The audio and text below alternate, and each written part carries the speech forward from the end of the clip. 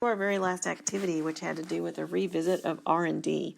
And R&D, the first thing I ask you is, what is the general rule?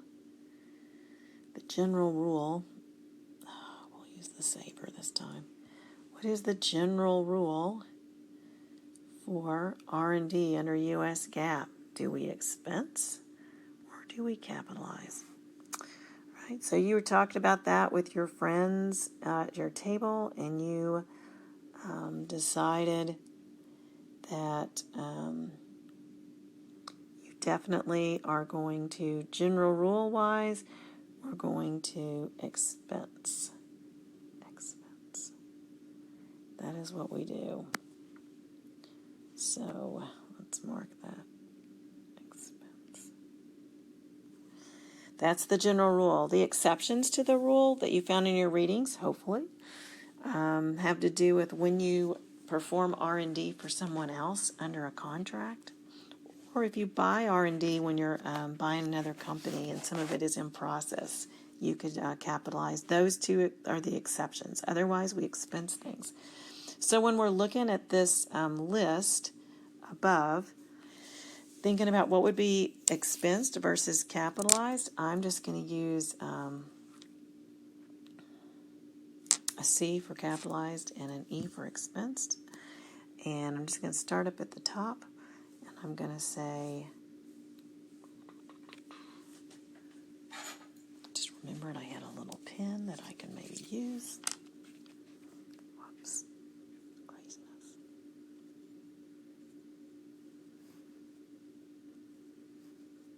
It's not coordinating, not cooperating. There we go. All right, let's see if it's going to work.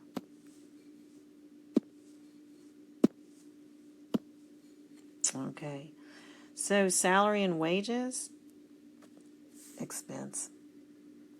Materials used in R&D, expense, because the general rule says we expense everything.